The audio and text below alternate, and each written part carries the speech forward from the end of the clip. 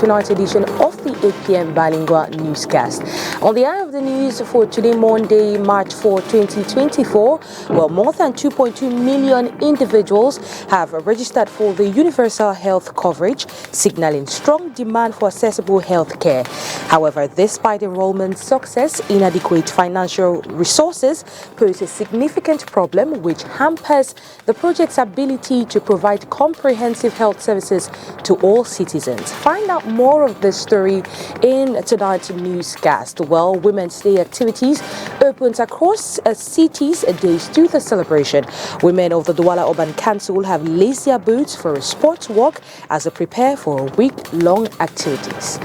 This and many more will be yours in tonight's edition of the 8 p.m. Bilingual Newscast. Good evening once again. If you're just joining us, it is the 8 p.m. Bilingual Newscast right here on Spectrum Television. Well, Makeda Lydie Newton opens this news in the French language. Good evening to you, Makeda. Bonsoir, Oni.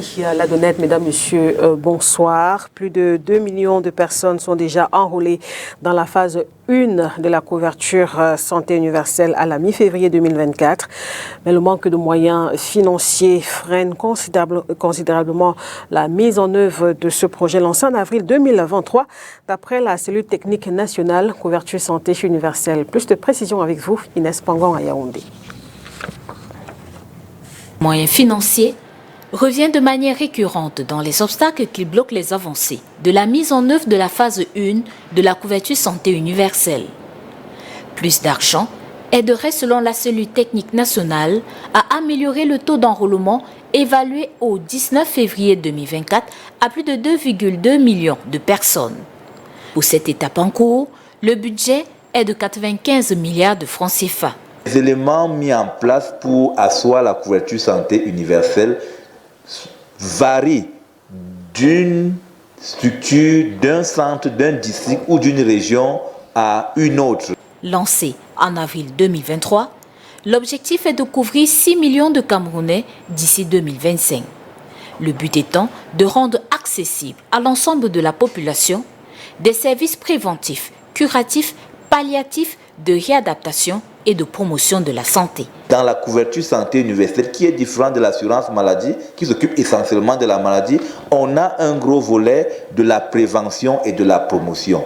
Et c'est pour cela que l'objectif même du Cameroun à avoir opté pour une couverture santé universelle, c'est de renforcer la promotion, renforcer la prévention pour réduire le coût de la maladie. Autre élément attendu pour la réussite de ce projet par la société civile et le ministère de la Santé publique, le parachèvement d'une loi sur la couverture santé universelle et la mise en place d'un fonds commun pour gérer à temps les factures.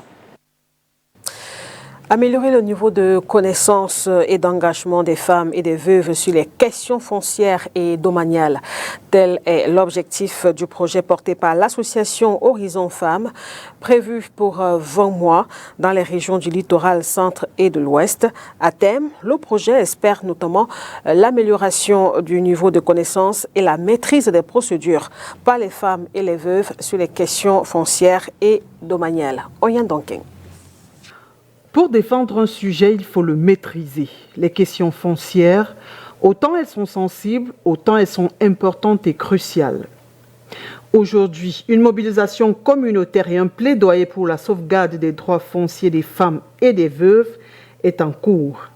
L'objectif du projet est de réduire la discrimination faite aux femmes en rapport avec leurs droits domaniaux, leurs droits fonciers et leurs droits successoraux. Dans un environnement où la culture et la tradition marquent une différence claire lorsqu'on est un homme ou une femme, 3 régions du Cameroun ont été choisies pour l'implémentation de ce projet. Le projet est implémenté dans 3 régions. La région du centre, la région de l'ouest et la région du littoral. Il y a un superviseur dans chaque région qui travaille en collaboration avec les femmes leaders et les parajuristes. Les moyens de sensibilisation, il y a les causeries éducatives, il y a les plaidoyers, il y a la sensibilisation et il y a les théâtres communautaires. Les cibles sont les femmes, les époux, membres de famille ou communautés, agents publics, autorités traditionnelles, sociétés civiles. Entre autres résultats attendus, les femmes et les communautés organisées dans un système intégré d'autodéfense contre les expulsions forcées, l'amélioration du niveau de connaissance et la maîtrise des procédures des cibles sur les questions foncières et domaniales. On a déjà sensibilisé 1021 femmes. On a obtenu 57 titres et on a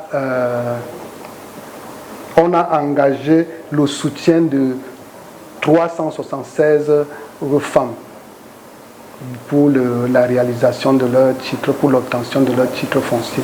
20 mois, c'est la durée de mise en œuvre de la phase 2 de ce projet, porté par l'association Horizon Femmes grâce à l'appui de l'African Women Development Fund.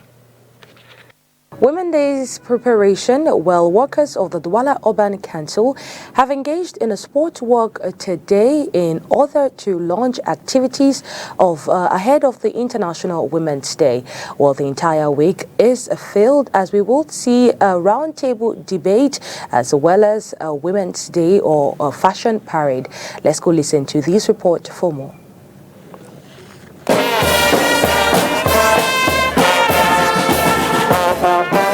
Employees of the Douala Urban Council laced up their sneakers and embarked on a spirited sports walk this Monday, March 4, 2024.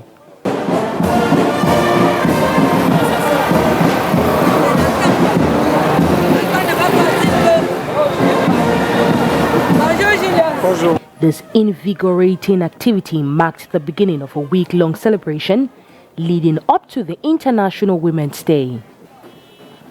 The route took them through a distance of 5 kilometers from the Aqua Banquet Hall to the council premises in Bonanjo, with water and dance breaks in between.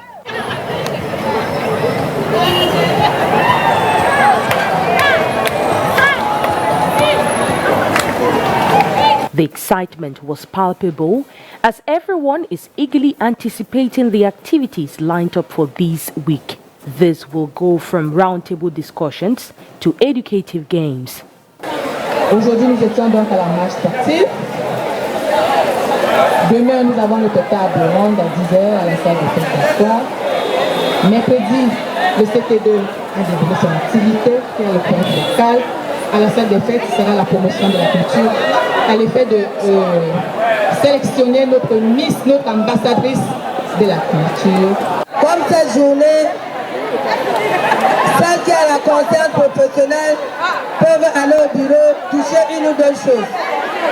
Celles qui pensent qu'elles peuvent rentrer, elles rentrent. Parce que c'est une semaine février et payée. The walk also promoted physical fitness and well-being amongst employees.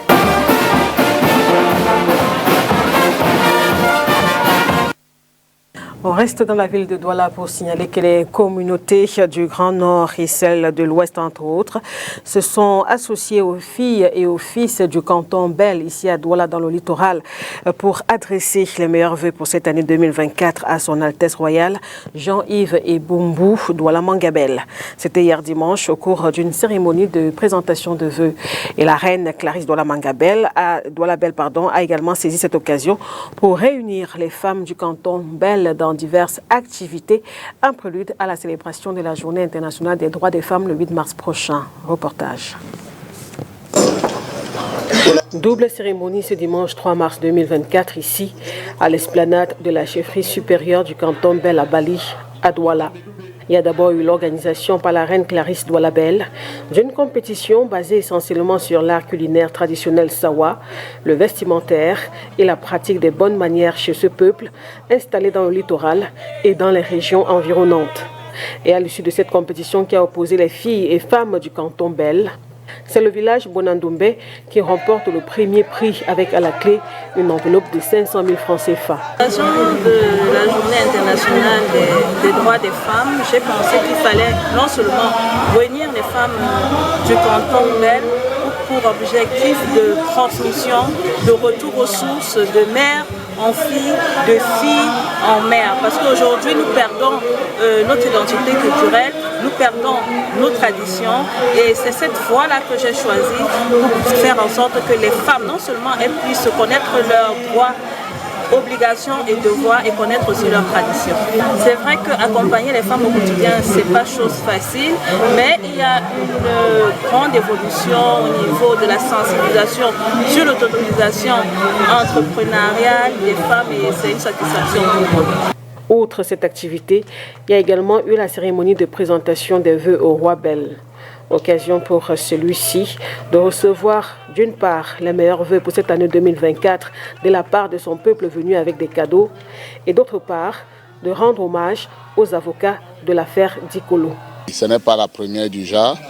Chaque année, nous, il est bon temps de venir célébrer notre roi, de venir lui transmettre nos vœux les meilleurs pour la nouvelle année. La présentation des vœux est une occasion qui est rare, mais digne d'éloge.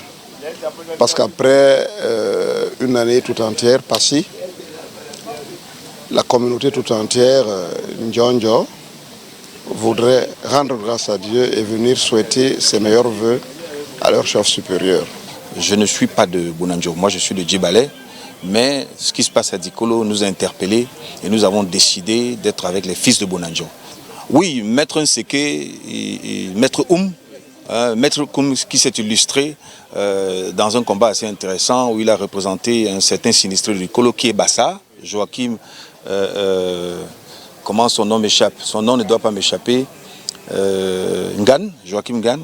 Vous savez, dans cette communauté à Dikolo, il y a plusieurs autres communautés nationales. Il y a les Bonandoumbe, il y a les Bamleke, il y a les Beti, il y a les Bassa, il y a la famille Liba qui s'y trouvent et qui ont un titre foncier avant l'indépendance du Cameroun. Donc ce combat-là, c'est un combat national. Ce n'est pas seulement le combat des Sawa. Mais le roi a donc reconnu toutes ces personnes qui ont travaillé dur. Il y a aussi Maître Djangé. Donc Maître Djangé, Maître Nseke et Maître Oum, trois personnalités différentes, trois juristes différents qui ont fait un travail excellent. Les communautés du Grand Nord et celles de l'Ouest étaient également présentes à la cérémonie de ce 3 mars. Le Cameroun se fera avec l'Ouest ou ne se fera pas. Le Cameroun se fera avec le littoral ou ne se fera pas. Avec le canton Bel ou ne se fera pas. Nous nous présentons devant vous comme un Ouest uni. Uni devant vous, uni à vos côtés, uni aux côtés des institutions pour l'avancement de notre canton, pour le développement de notre pays. Conformément aux instructions du chef de l'État, son excellence Biya, qui au sommet des Nations Unies a dit qu'il est mendiant de la paix. Le peuple Bamoun aussi est mendiant de la paix. Et c'est cela dans la cohésion sociale, le vivre ensemble, l'unité nationale et l'amour qui doit exister entre les Camerounais. Nous sommes venus ici au canton Bel pour présenter le vœu au roi du canton Bel. Cette année, plusieurs fils et amis du canton Bel ont été récompensés par son Altesse royale Jean-Yves Mbumbu Douala Mangabel.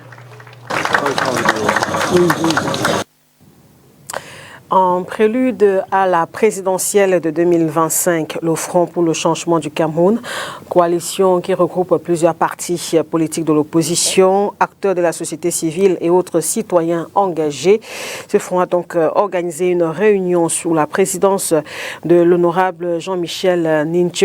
Objectif, proposer une unification des forces politiques. Jean-Michel Nietzsche était à cet effet face à la presse aujourd'hui. Nous vous proposons de l'écouter en posture d'invité du journal. Retour du pluralisme politique au Cameroun en 1990, le jeu électoral a toujours été faussé à l'avantage du régime en place par les structures successives en charge des élections.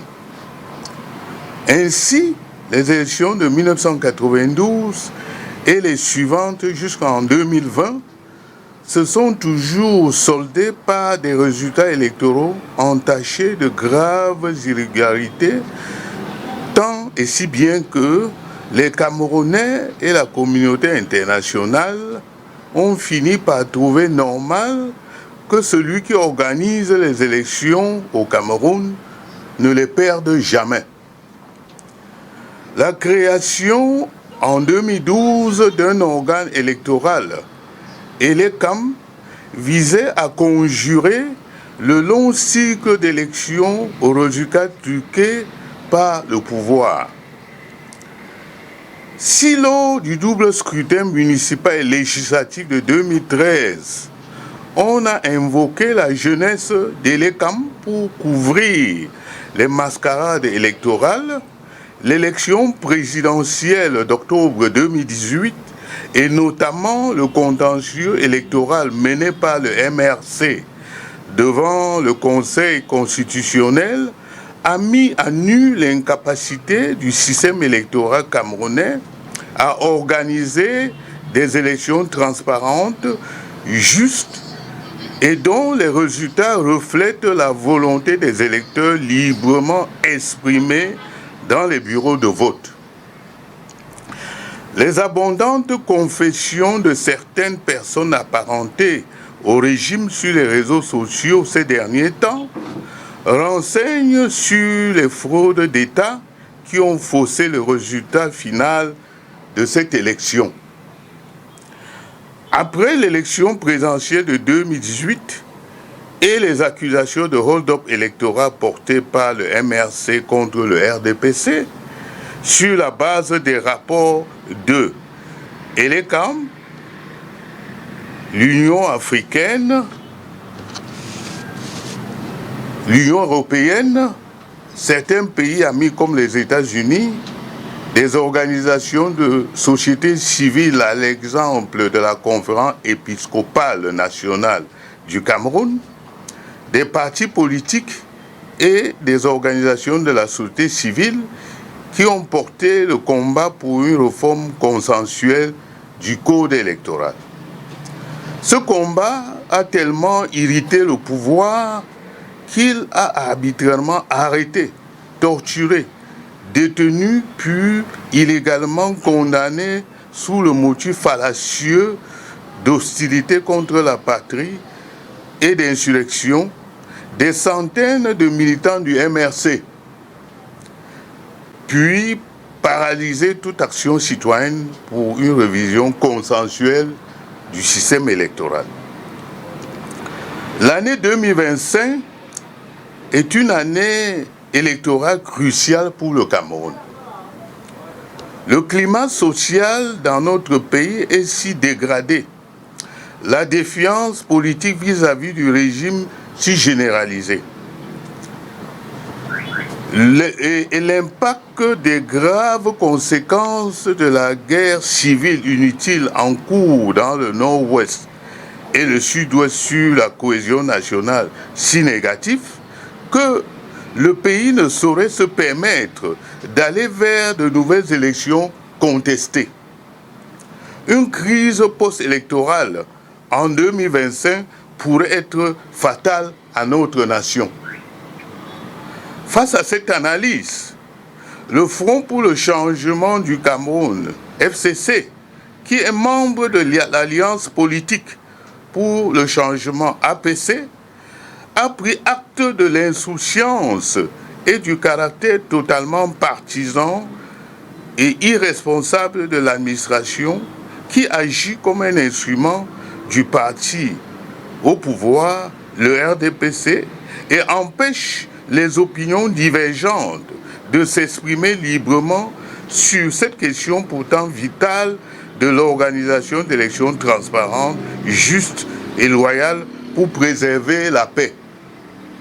Aussi, pour que l'histoire retienne qu'il a rempli son obligation vis-à-vis de la nation pour la préservation de la paix, le FCC a pris la décision de mettre la justice et les magistrats devant leurs responsabilités en déclenchant une série de procédures visant à obtenir par les moyens de droit les élections enfin démocratiques dans notre pays. Let's now take you out of the country. While for students living with disability, career options can be limited.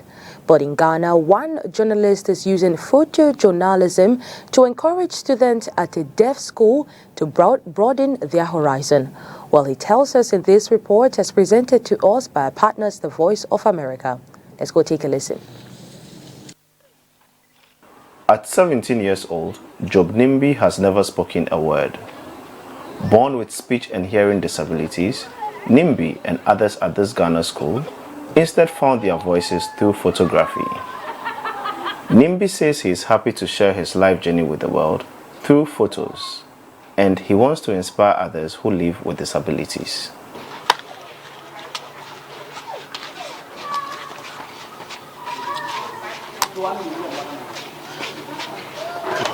But Nimbi and his peers face significant challenges, including discrimination.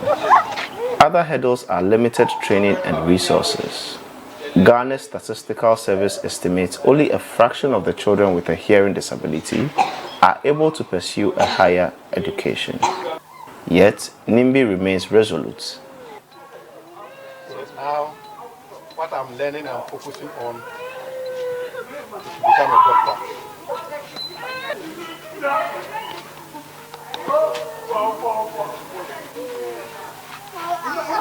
So you know that Photography was introduced to the Savalugu School for the Deaf by Geoffrey Buta. The award-winning photojournalist is on a campaign to amplify marginalized voices through visual storytelling. His project, Photo for Change, has one focus. Train people, assist people to tell their own story in the community they find themselves, and as well as using photography or visuals to address societal issues. Buta's Photo Club offers classes on photojournalism.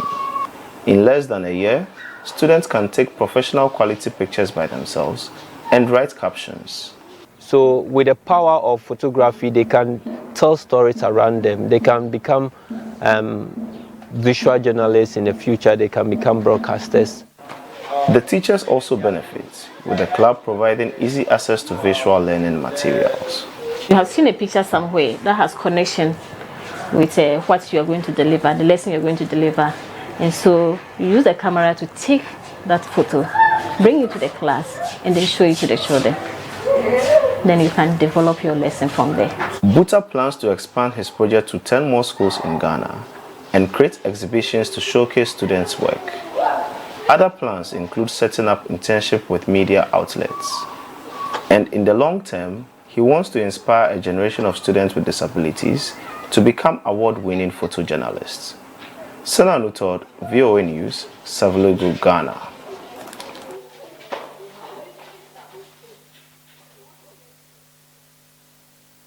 Sur le plan africain, au Sénégal, remise des conclusions du dialogue national au président Macky Sall. Et au Mali, arrestation d'un colonel ayant rapporté des exactions de l'armée. Le résumé de l'actualité africaine de ce 4 mars, c'est avec la Voix de l'Amérique. Au Sénégal, les conclusions d'un dialogue national préconisant d'organiser la présidentielle le 2 juin, 2 mois après la fin du mandat du président Macky Sall, ont officiellement été remises au chef de l'État.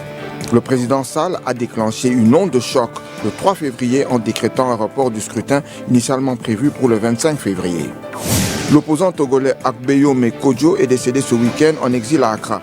Arrivé deuxième à l'élection présidentielle de février 2020, selon les résultats officiels qu'il a toujours contestés, il avait fui le Togo à la suite d'une convocation de la justice et un mandat d'arrêt international à son encontre. Au Mali, un colonel de l'armée a été arrêté samedi soir à Bamako. Alpha Yaya Sangaré a publié fin 2023 un livre dans lequel il évoque des exactions de l'armée contre des populations civiles et certains passages ont provoqué le courroux des militaires au pouvoir depuis 2020. Au Nigeria, l'Agence nationale de gestion des urgences a annoncé un renforcement de la sécurité dans ses entrepôts après le pillage ce week-end par des centaines de personnes d'un dépôt alimentaire de l'État à Abuja, la capitale.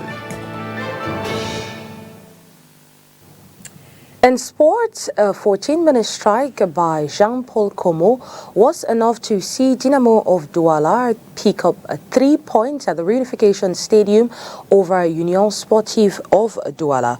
Well, the highly contested encounter will see Union reduced to 10 men when Jean-Jacques Pondy will commit a wrong tackle on Como, with Dynamo finishing the regular play with 30 points. They have thereby qualified for the playoff alongside Canon Sportif, Colombe Sportif and Gazelle of Garoua. In Pool B, Young Sports Academy saw of Feuvu Football Club de Baham 3-2 to pick up one of the playoff tickets in Pool B. Other teams to have qualified for this phase of the competition include Stade Rena, Coton Sport Garoua and Feu Vazu Elite. Well, let's listen to Dynamo of Douala's coach Yves Clément Arroga, their goalkeeper Anye Derrick and Thomas Eta Bawak.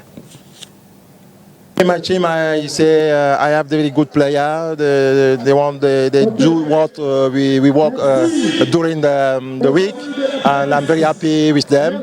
But still, we have very higher work to do because now we must go to find the championships for the playoff.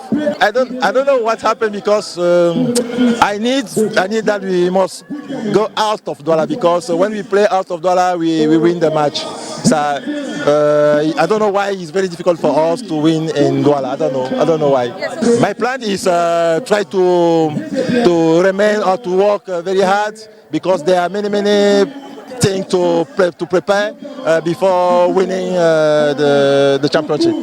I would like to appreciate the players and the staff for the work they have been doing since the first retour, and we started very slowly, but at the end we proved that we are still present. I'm very happy, as you can see. The atmosphere is very good.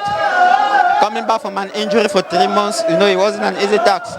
So, but we thank God everything went well today. We were focused, because we knew this game was an important game for us against Union. Union is a very good game and it's a good debut for us. So by the grace of God, we won this game. The playoff, our first objective was to maintain the club in the first division, and now our second objective is to be the champion. I will know, do all our best. We know by the grace of God, everything will be okay. Well, it's on that note that we put an end to tonight's edition of the 8 p.m. Bilingual Newscast. Do have a wonderful night in the company of our program. See you tomorrow, same time, same station, with God willing. Good night to you, Makeda Liti. Au revoir, la domaine, mesdames et messieurs, merci de votre attention.